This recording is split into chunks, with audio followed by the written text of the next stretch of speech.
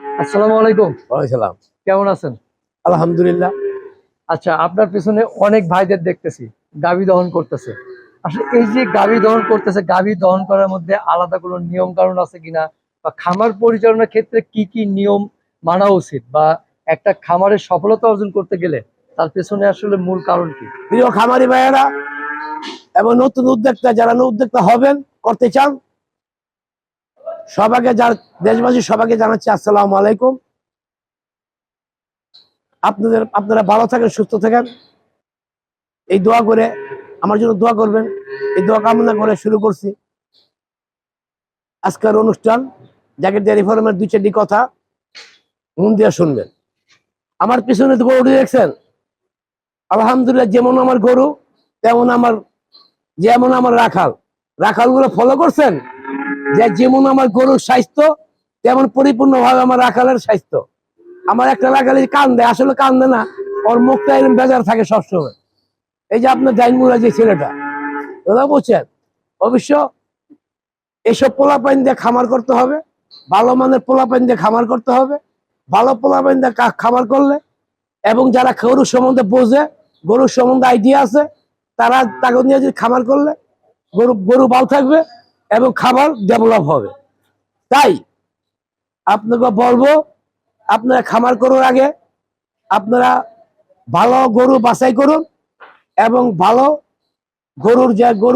যারা গরুর রক্ষণাবেক্ষণ করবে তাকেও বাছাই করুন। আচ্ছা, এই জায়গায় আমি আরেকটু কথা বলতে চাই। আপনি একটা কথায় বা বারবার বলেন যে বড় ওলান, হ্যাঁ, খামার ধ্বংসের পিছনে কি বড় ওলানটাও কোনো মানে ভূমিকা রাখে? বা এই বড় ওলান যারা আমরা তৈরি করতেছি, তারা কি আসলে এদের পিছনে কতখানি দায়ী?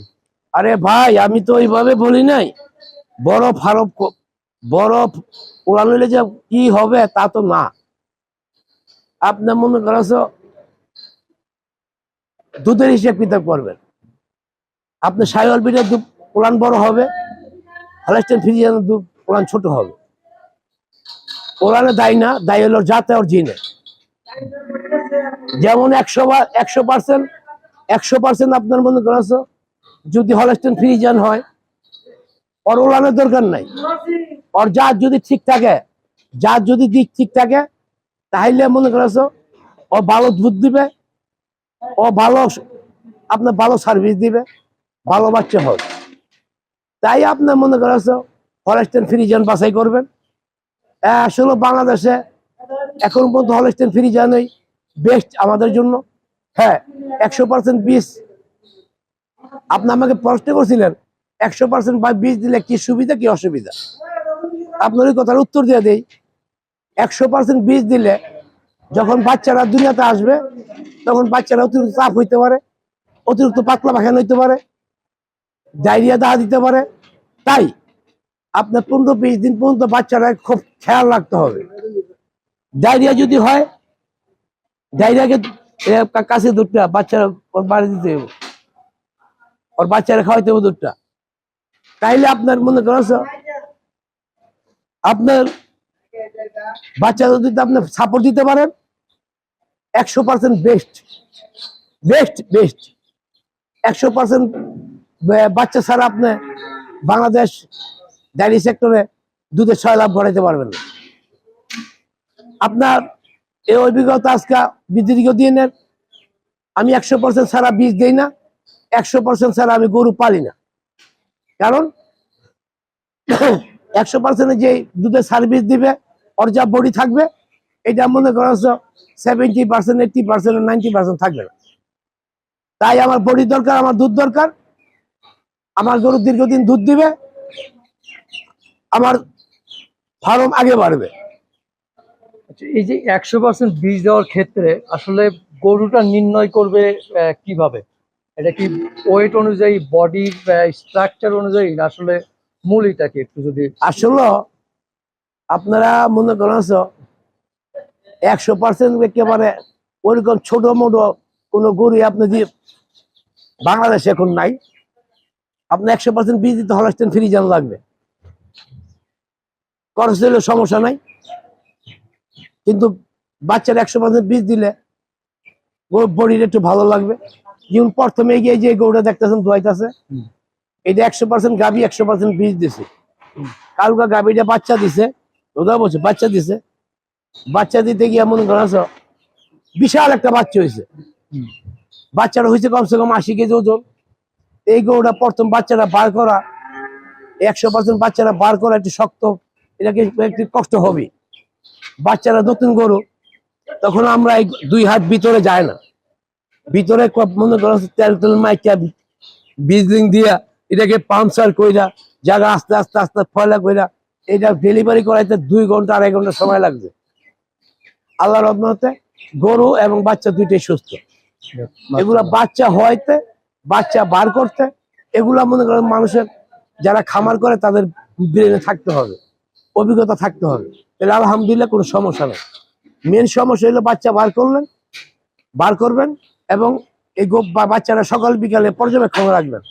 জ্বর হইলো না পাতলা পায়খানা হইলো, দুধের থেকে হইলো না কি হইলো দেখবেন। 15-20 দিন, সর্বোচ্চ 1 মাস দিলে বাস আপনার ফার্মে ওই 3 মাসের বাচ্চারা 2 লাখ টাকা 2.5 লাখ টাকা দাম হয়ে যাবে, 3 লাখ টাকা দাম হয়ে যেতে পারে। জাতের উপর নির্ভর করবো, জিনের উপর নির্ভর করবো।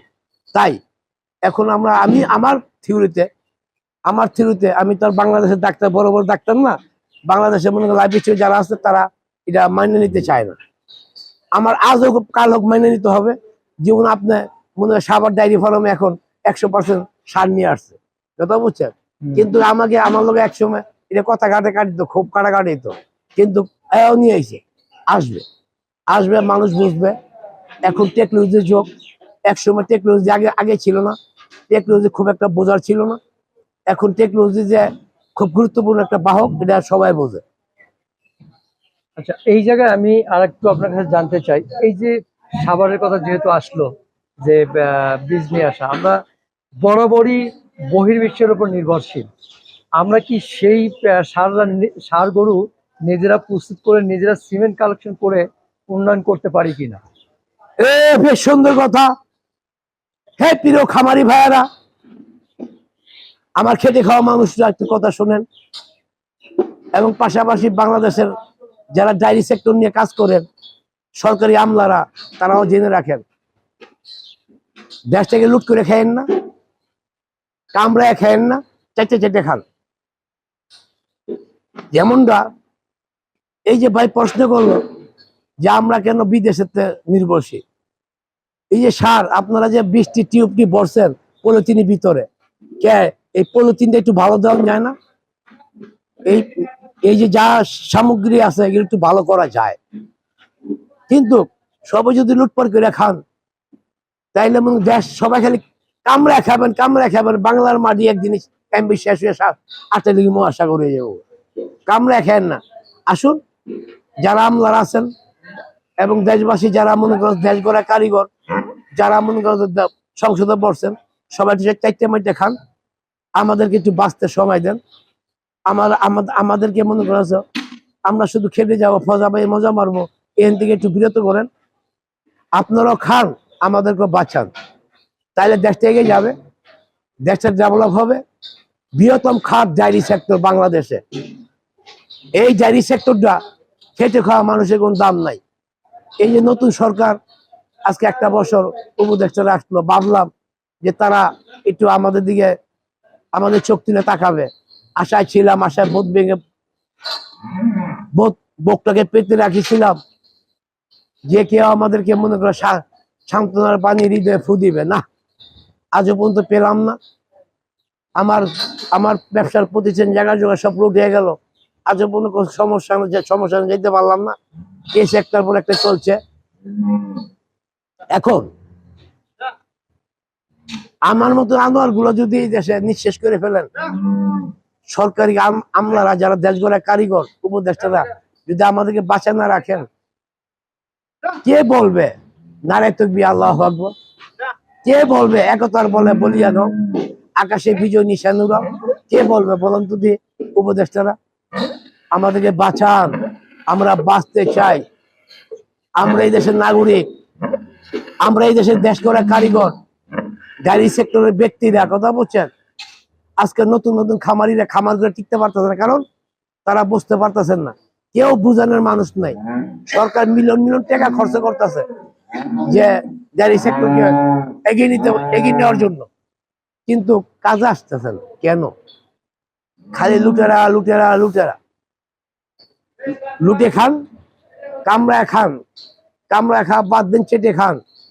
আমাদেরকে বাঁচান। ডায়েরিতে যারা আসতে চান, আগামী দিনে যারা আসতে চান, নতুন উদ্যোক্তা হইতে চান, আমার কাছে আপনাদের দাওয়াত রইল, এক কাপ চা খেয়ে যান, এক কাপ চা খেয়ে যান, আর আপনাদের সাজেশন নিয়ে যান, কাজে লাগবে। আর যদি মনে করেন জায়গার ডেয়ারি ফার্মে ভালো গরু আছে, যে গরুতে মনে করেন কিরমিরি ভ্যাকসিন, খুরা ভ্যাকসিন, যে ট্যাংটাস, বাদলা, তরকা, লেম্পিন দেওয়া আছে, ঠিক আছে, বাদলা তরকা একই জিনিস, লেম্পিন দেওয়া আছে। যদি সুস্থ সবল গরু চান, আপনারা আমার কাছে নিতে পারেন। আপনি একটা কথা বলছিলেন যে আমার এখানে গরুর দাম বেশি। ভাই, গরুর দাম ভালো জিনিসে ভালো দাম হবে। না, আপনাকে একটা জিনিস কথা শেষ করে দিই, একটা সাংবাদিক ভাই। এটার সাথে শুরু করি।